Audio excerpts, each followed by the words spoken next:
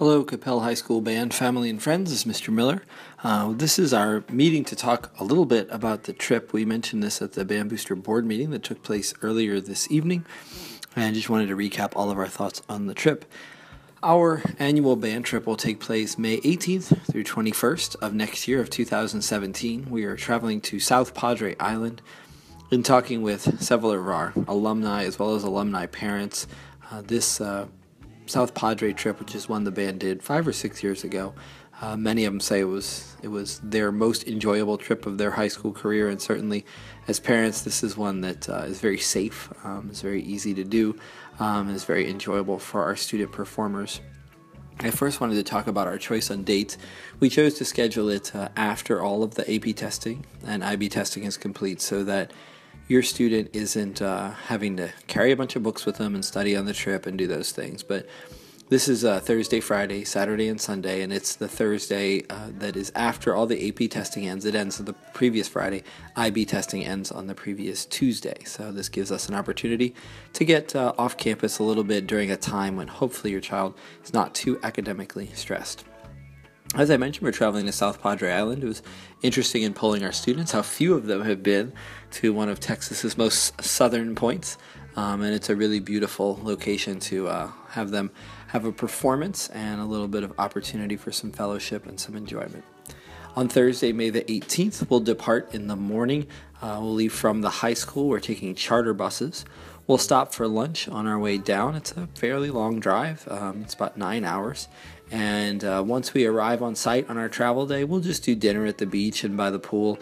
Probably do pizza, something really simple like that. Just kind of, it's a long travel day. Just give them a chance to stretch their legs, have fun, see the beach, kind of dip their feet in the water a bit. And there's a pool there at the hotel that they can swim in and just kind of hang out for a little while.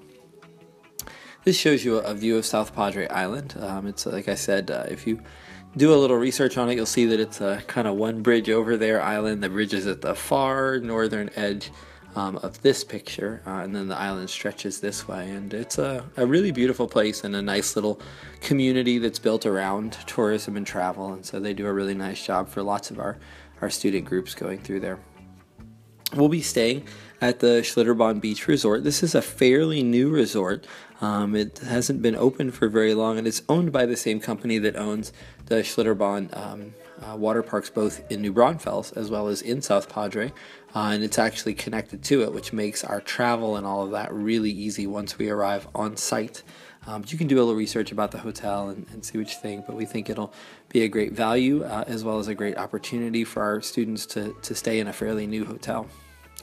On Friday, the 19th, we're going to perform in the morning. The performance is at the University of Texas at Brownsville. This used to be called Texas Southmost College at some point. It was called Texas Pan American University, but it's the one that is very, very far south. In fact, it's just across the street from where the Mexican border is, the border between Mexico and the United States. And they have a beautiful auditorium. I'll show you a picture in just a moment. And a great place to play. We'll play for a panel of judges, and we're judged just like any competition day. There'll be all 5 of our concert bands are going to play. Just a little bit of repertoire. We'll maybe carry some things over from UIL as well as some other new items. Once we finish performing, we'll head back over to the hotel, and we'll just have an afternoon on the beach where they can hang out and have fun, play some games, have a volleyball tournament, some other enjoyable things like that. As I told our students, this is one of those trips where they kind of get to choose their activity level. If they'd rather just sit on the beach and read a book and listen to music, that's fine, or lounge by the pool, and we'll make sure that we have supervision in all those areas, and of course lots of lifeguards around as well, just to keep an eye on things. In the evening, we're going to take a cruise over to this little island, and they do a luau for our students, like a kind of a bit of a South Texas version of the Hawaiian luau, but should offer them kind of a neat experience to see things a little differently, lots of dancing and silliness, but it'll certainly be a memorable evening for our students. There's the concert hall at the university, and like I said, it's a really beautiful place to get to play.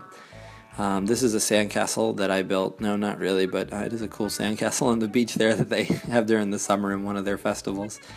And this is a little view of the beach. It's a really quiet beach. It's kind of out of the way, and usually not super crowded, which is part of what we like about it.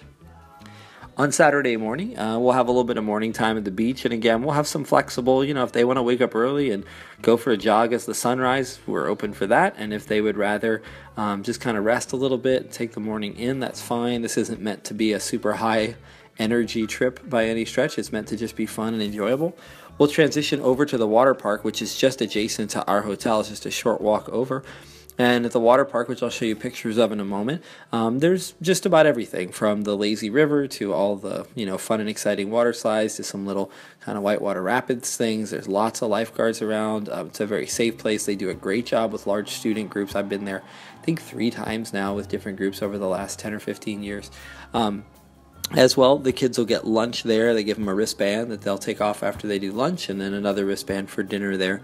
The dinner is just for the students who performed at the contest. I know Coppell is there. I know Flower Mound High School is there. So it's a neat opportunity for them to get to bond and meet some other people and hang out. And so they do. In the past, it's been like a fajita type dinner, and then they do an award ceremony for all the groups who perform, get their little trophies and whatnot, and then they'll do a dance that evening for all of the students, and it's really fun. They bring in a DJ, and it's lots of silliness and a really enjoyable but very memorable time for our students. That shows you a little bit of the inside of the hotel area, the indoor pool. It's set up, I was telling our students, it's set up kind of similarly to like a Great Wolf Lodge type place. And then this shows you from the hotel, if you're looking at the Schlitterbahn Water Park, this is what it looks like from the balcony of the hotel. And you can see there's, lots of like little outbuildings, things like that, and we'll usually kind of claim one of those so that our students have a safe place to set their stuff, and they can always come back and meet with a chaperone. There's a lazy river the whole way around, lots of other little water slides, and it offers access to the beach. If they would rather go check out the beach, they can go over that way. On Sunday, we'll leave in the morning. We'll grab lunch on our way, and we will be home in time for them to get some rest and start those last few days of school. So again, it's a great pre-summer opportunity for all of them to get to kind of see what's going on. When it comes to the cost for the trip, the total cost is set at right at $600, and most families will choose to divide that into 4 payments of $150, though you are more than welcome to pay the full fee at the time of registration, or if you want to do an early payment, you can do that as well. It is important to note that in order to travel on the trip, you must be current on any band fees. We have to make sure that you've taken care of your band fee stuff as well as the trip payment. So if you're on, that, and just make sure that you schedule this in and you're planning ahead for it.